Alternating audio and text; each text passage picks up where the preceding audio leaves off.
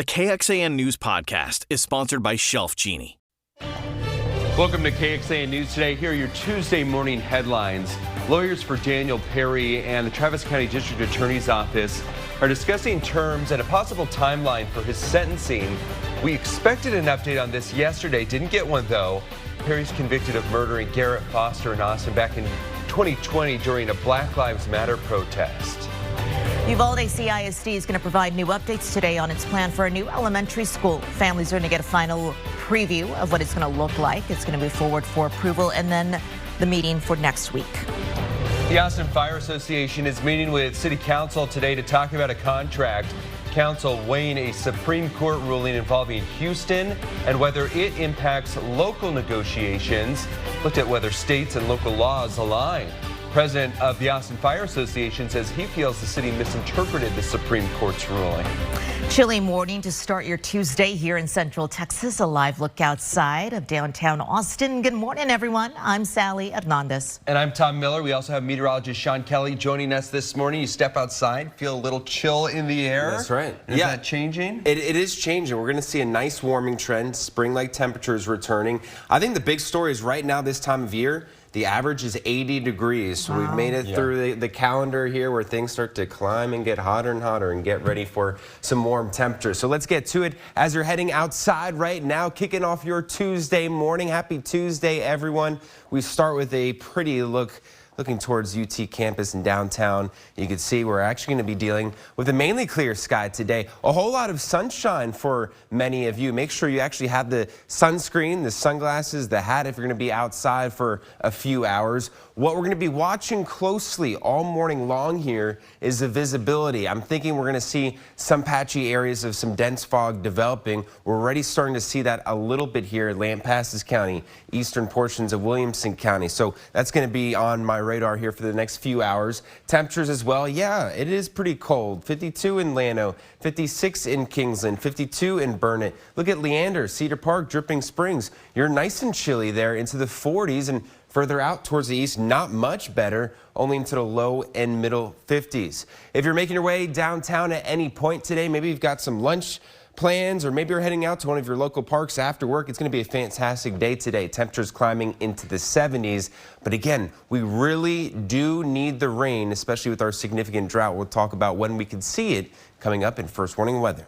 Well, this morning we have a better look at increased police patrols in downtown Austin near Rainey Street. More officers are patrolling this area on weekends after 2 bodies were found in Lady Bird Lake in separate incidents. Back in February, Jason John disappeared after a night out on Rainey. His body was found in the lake. Then earlier this month, Jonathan Honey also disappeared after a night out. He was found in the lake as well. Police don't suspect foul play in either case, but officers still want to make sure that people walk from the bars on Rainey toward the river. Any of them are staying safe. Last weekend, police say a group of people asked officers to help find their friend they hadn't seen in a couple hours. They did the typical things that you might do on 6th Street or Rainey Street, where they broke up a couple of fights and helped kind of alleviate those sort of things. They were flagged down by some concerned citizens about a missing person. They had a friend who went missing several hours earlier in the night at a particular bar, and when they went to the bar to look for that individual, he was found inside one of the bathrooms, passed out. So they found him. Councilmember Zoe Kadri plans to introduce a resolution this month for more safety enhancements. They would build upon the additional lighting and fencing on the trail near the lake. Going in depth on this, Kadri has plans to make other areas safer as well. He plans to introduce a resolution this month that would provide a pedestrian safety plan for the Rainey Street Historic District. He also wants to see recommendations on increasing the number of halo cameras. And he wants Texas Alcohol and Beverage Commission, Rainey Street bar owners, and other stakeholders to work on curbing over-serving alcohol. Comes after the city installed a fence between the trail and the lake shoreline and added some solar lighting. One of the Tennessee lawmakers expelled from office is now reinstated. Nashville City Council voted unanimously in favor of Justin Jones to be sworn in again. This special meeting comes after a rare move by House Republicans to remove 2 of 3 Democratic lawmakers after they joined a gun control rally on the House floor. Republicans say that violated House rules. They also said at the time that their decision was not based on race because Gloria Johnson did not go as far as her two freshman colleagues. You can call it peaceful, you can call it whatever, but they had a protest against House policy on the floor. It might have to do with the color of our skin. The other expelled representative, Justin Pearson, is going to learn his fate tomorrow in his own district with a special meeting in Memphis. Austin's 311 services is doing more to reach its Spanish speakers with a new city memo that went out to city council members. It shows since last month, all Austin 311 social media posts and videos are going to go out both in English and Spanish. The service is also working hard to have live chat options online by the end of this year, staffed by bilingual employees. All part of a resolution that was set forth back in November, asking for ways on how to expand the service. The Latin American Cultural Center is having a grand reopening today, closed temporarily to move to a larger space on the Austin Community College campus. The new space is going to include a library with a rare book collection, a movie screening space, and areas for gatherings. That reopening is at 11:30 this morning. And Earth Day is coming up, but did you know it's Earth Month? A 2021 report found that annually Americans use nearly 1 trillion disposable food service items and nearly 500 million drinking straws every day. So Austin is celebrating with challenges to keep the city clean and green all month long. It's teaming up with some public libraries around the city to collect single-use plastic bags and bottles. Those items will help with some amazing projects that are planned for Earth Day weekend. Today you can drop off your plastics at the library. I'm in Shaka Road between 3 and 5 this morning. All right, coming up, criminal charges have been filed after a child shot his teacher in Virginia. And we're learning about a little more about some of Austin's history. A closer look at the oldest standing hotel in the city. Good morning, a live look outside as we kick off your Tuesday. This is from Buda. A little bit of fog out there as you drive into work or wherever you're heading. It's something to be aware of. This morning, the mother of a 6-year-old Virginia boy who shot and seriously wounded his first-grade teacher is now facing criminal charges. A grand jury indicted the 25-year-old mother on charges of felony child neglect and a misdemeanor count of recklessly leaving a loaded firearm endangering a child. The teacher who was shot said staff failed to act on several warnings that the child had a gun on campus grounds or made threats. Her attorneys saying that there were failures in accountability at multiple levels that led to the teacher being shot and almost killed. I just will never forget the look on his face that he gave me while he pointed the gun directly at me. That's something that I will never forget. It's changed me. It's changed my life. The teacher says that the bullet still remains lodged in her body, and she is suing school administrators for $40 million, alleging gross negligence. Authorities announced the 6-year-old would not be charged with the crime. An end of an era we'd all like to forget about. The recent bill signed by the president that may impact federal COVID-19 programs. Central Texas Hospital is getting some upgrades to better serve the community. How many millions it's being given to expand? Texas and Texas State, back-to-back games between the Horns and Bobcats Monday night. And Sam Marcus, I've got it for you coming up. This KXAN News podcast is brought to you by Shelf Genie. I'm Rosie Newberry from KXAN Studio 512. Considering replacing your kitchen cabinets? Struggling to find or reach things? Go to shelfgenie.com/Austin. Shelf Genie designs custom pull-out shelves for your existing cabinets, adding convenience and value to the most used room in your home. Shelf Genie custom pull-out shelves, everything in reach. Good morning. On this Tuesday, we're taking a live look this morning at I-35, right where it meets 45 right here. And you can see that traffic is building on the roads. We have Erica Brennan, our traffic reporter and expert, coming up in just the next few minutes to give you an idea of what may be slowing some drivers down. All right, let's talk about one of Austin's most iconic hotels that withstood the test of time. But how well do you really know the Driscoll? It is 137 years old. It is the oldest hotel still standing here in Austin, and they are now offering some public tours. I went on one of these tours looking back at the history of Austin's oldest hotel. Sitting well below the skyscrapers amidst the hubbub of the state's capital, an enduring and still thriving testament to its past. A lot of people in Austin know that the Driscoll is historical and a special hotel, but maybe not all the backstory. What makes this so special? Yeah, absolutely. I mean, this is the oldest hotel currently in Austin, and it's just played host to so many important moments, both in political history, in people's personal history. Driscoll tour guide Audrey Acosta quickly pointed out the date atop the hotel was perhaps too ambitious. It was built in 1886. However, the story really begins in 1884. So at the time, Austin was the westernmost city in Texas, and ladies and gentlemen would, get dressed up in their finest. They'd take a horse and buggy down what was called the Main Street of Texas to watch construction at the Texas State Capitol building. That's when businessman Jesse Lincoln Driscoll entered the scene, his bus still atop the hotel. Buying a lot in the heart of downtown Austin for $7,500, he wanted to construct a luxury hotel for those folks to stay at. Though he's forced to sell just 2 years later, the Driscoll's storied history was only just beginning. Austin's very first interstate phone call was made from this lobby in 1899. For the Driscoll to be able to make interstate phone calls definitely marked it as the height of luxury. That luxury extends to its ballroom, mezzanine, and Maximilian room with its 8 antique mirrors worth more than $9 million today. It's also rich in political history. One of the things that makes this hotel so historically significant is its connections with Lyndon B. Johnson. That's correct, yeah. So we are walking up to the LBJ suite. LBJ lived here kind of unofficially and stayed here during his presidential career, anytime he was back in Austin. Then there are the ghost stories. The Driscoll often landing at the top of the list of the most haunted buildings in Texas. Samantha is a young girl who passed in the early 1900s. So this is her portrait right here. She was a senator's daughter. She very tragically fell down the stairs. She's a mischievous. I mean, she's a little girl, so she likes to cause trouble sometimes. She'll flicker lights. She'll, turn the water off and on. You might feel a tickle. With 175 guest rooms and 16 suites, the hotel considers itself a boutique stay compared to some of its neighbors. A stay full of both Austin and Texas history. The hotel offers daily tours starting at 4 in the afternoon. They are free for hotel guests, $10 a person for the public.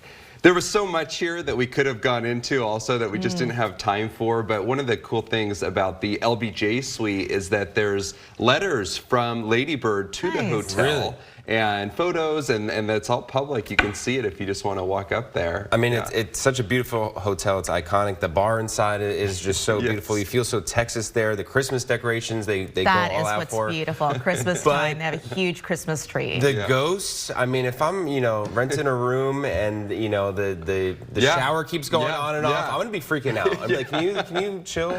I mean, there are so many stories from guests to the staff saying, this weird thing happened to me. We don't even hear all of them. So there's a lot going on at the Driscoll. Well, with the check-in during Halloween. That's right. That's right. All right, let's get you out here on this Tuesday morning. Happy Tuesday. I wanted to show you this perspective again because we're starting to see some of that patchy fog roll in. Some of this could be on the dense side in a few spots. We want to make sure you give yourself some extra time. It's off to a cool start right now. Temperatures into the 50s, so it is a little bit chilly enough for a light jacket right now. You won't need the jacket, though, later on today, dealing with calm winds, and that's one of the ingredients while we do have some of this fog developing here. Notice I'm looking at, other than a spot shower chance, mainly I think we're going to be dry today with mostly cloudy to overcast skies becoming mainly sunny into the afternoon. Today's going to be a beautiful one after this little bit of a light chill in the air. It's 51 in Lamp Passes, 49 in Georgetown, 52 in Cameron, 50 in Rockdale, 53 in Giddings. Across the state, quiet conditions, no rain out there. We've got no storms. We're going to be watching out for really just a nice stretch of pleasant weather all the way through the remainder of the week until we hit Friday. Friday, I think we could see a few isolated rain showers. Notice here comes our next cold front. That moves into our area on Saturday. Out ahead of it, warm and humid, and yes, some scattered rain, maybe even some thunderstorms, especially for our eastern counties. So we're going to have to watch out for that Saturday. The winds kick in into Sunday. Sunday, we're dealing with cooler temperatures and lowering humidity. How much rain do we squeeze out of these next rain chances, not that much. Nothing like what we saw last week. In fact, maybe at best we see up to 1/4 of an inch for some of our eastern counties. Pollen count, not too bad. Everything in the low category, but still seeing a lot showing up under the scope, including oak grass, mulberry. We've got ash and willow to deal with, although ash and willow a little bit better today. So 76 degrees for a high temperature after starting off a bit cloudy. Again, we'll see afternoon sunshine, so don't forget the sunscreen if you're going to be outside. 54 degrees for a low overnight, and then temperatures here heading into the upper 70s for your Wednesday, and then we're back into the 80s by the end of the week. This is KXAN Sports, brought to you by Thomas J. Henry. Good morning to you. The first of two between Texas State and Texas last night, playing in San Marcos, and that means another record crowd at Bobcat Ballpark. Texas playing their 4th game in as many days, so now pitching, they're going deep into their roster. That's Kobe Minchie. He had pitched exactly 1 total inning, but he goes 4 shutout innings for the Longhorns. Then, already up 1-0 on a bases loaded walk, Jack O'Dowd with a 2-out base hit. He beats the shift on that left side. It's 3-0. How about this play by Porter Brown in left field in foul territory? You do not see this very often. A foul fly ball, and from the opposite side, he throws out Jose Gonzalez trying to get back to first. That is a double play. Meantime, bullpen continues to do its job. Chris Stewart out of the pen with the strikeout, and then some insurance. Jalen Flores off the bench with 2 on and 2 out. A 2-run double. Longhorns get some separation as they lead 5-0, then 5-2, and then Zane Morehouse. There were fans in the softball stands outside the park. There it is. Longhorns get the victory. Tough team, great environment, good for our team too. We have to deal with distractions. So just a good, I was going to say Tuesday, but a good Monday night baseball game. Anytime Texas comes to town, they always fill it up, but we continue to knock down barriers in this program and setting more attendance records, and they just think they believe in this program. They believe we got a chance to come out here and beat them, and so really thankful for their energy. It's good for our team. It's good for our team to be in these environments because we play in a lot of them, and learning how to handle distractions and stay focused on the road, and I think it's huge for us. That's 20 wins in their last 23 games. Tonight, they get Eric Kennedy back, their center fielder and leadoff hitter. He couldn't play on Monday night after being ejected on Sunday. It's a 6:30 start this evening. Back to you. All right, thank you, Roger. Democrats on the Senate Judiciary Committee want Chief Justice John Roberts to investigate allegations around Justice Clarence Thomas. The committee sending a letter after last week's report from ProPublica. It detailed trips that Thomas did not disclose, trips paid for by a Texas billionaire who is a friend of Thomas. The committee told Roberts that they're going to hold a hearing on the need to restore confidence in the Supreme Court's ethical standards, adding that it would consider legislation to resolve those concerns. President Joe Biden signed a bill terminating the national emergency related to COVID-19. The bill is going to take effect immediately, and the measure ends the national emergency a month earlier than the Biden administration had planned, which will now create changes to some pandemic-related federal programs. So right now, Austin Public Health says community levels remain low, and it is still providing COVID testing and free vaccinations at some of the designated sites. Ascension Seton Hospital says it's going to spend $280 million to expand Dell Seton Medical Center. It's the only level 1 trauma center in the 11-county region. The expansion is going to add 150 beds and more than 160,000 square feet, with additions including new operating rooms, an inpatient rehab gym, a neurological care facility too. And so that will mean the addition of a 3rd level floor facing Red River Street and 4 new stories built on top of the current patient tower at 1500 Red River. A lot of the capabilities that you see as part of this expansion are just ensuring that we can continue to grow in those areas and continue to serve Austin and the communities around it. For more details on the new features and when the upgrades are expected to be complete, go to our website, KXAN.com, and click on this story. KXAN investigators launched a new consumer initiative. Of the tips sent into KXAN investigators, toll road billing problems and text tag customer service complaints, they come up the most. Now we want to know more from you. You can scan the QR code on your screen with your smart device to tell us about your text tag troubles. you could help lawmakers and state leaders make decisions about the system. You can share your story, be part of the solution, and an upcoming KXAN investigation. Thanks for joining KXAN News Today. You can also listen to KXAN News Nightly every weekday after 5:30 p.m. for in-depth coverage on what matters most to you.